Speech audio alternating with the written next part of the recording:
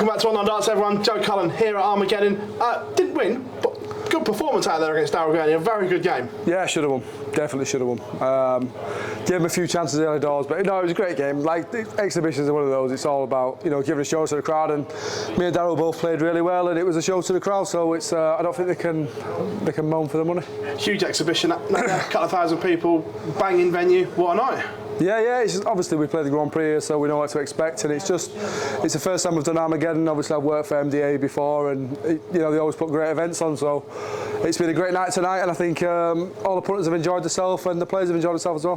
Where's the Joe Cullen game right now? Because watching it, there's some good bits, some bad bits, some indifferent bits. Where do you think it is right now? Yeah, it's a bit like, ironically, I think it's a bit like, you know, Dobie in the Premier League. You know, he seems to be playing decent but not getting the results. I feel like I'm playing okay, not pulling up any trees, but you know, the odd game where I click and still somebody finds something to beat me. So I think if I carry on in the vein of form that I'm in, I think I'll win more than I'll lose. But it's one of those. It's tough when you feel like you're playing well. It's hard to explain being a darts player. Like, the feeling and actually playing is different. If you feel like you're playing well and still not getting results, it's tough to take, and that's how I feel at the minute. But I know my game's in a pretty good place, and I'm sure if I carry on the way I'm going, that I'll see the results. Is there a little bit of worry there that the slide down the rankings, you're getting a little bit too close to comfort to that 16 on the Pro Tour Order of Merit? No. Well, obviously, I think it's the darts rankings.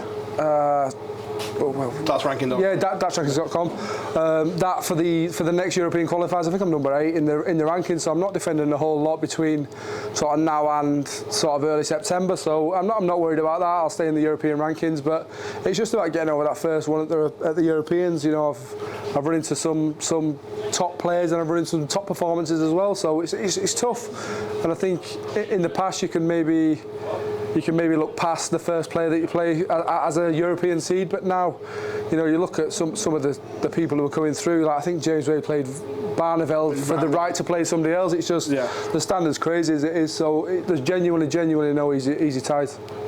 Have you got the Premier League headache out of your system, man? Because I know we spoke to you at the UK Open and you said it was still very much there. Is that out of your system now? Yeah. It was one of those. I was gutted not to be in, but a couple of weeks after, it's gone. I think the way the Premier League's panned out, I'll leave it there, actually. Go on, say it. No, I'll leave it there. I know the clickbait will come. I know the clickbait will come, so we'll leave it there. You got me there, though.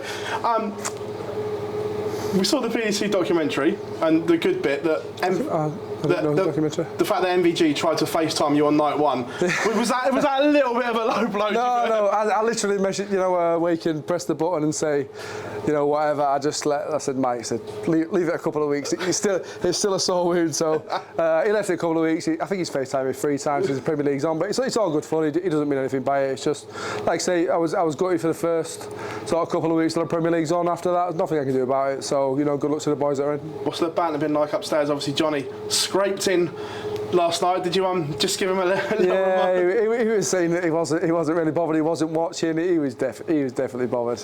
At least this time we'll have a chance, because I ironed him out last year, so he'll have a chance to win this one. Have you actually watched much of the Premier League? I literally watched.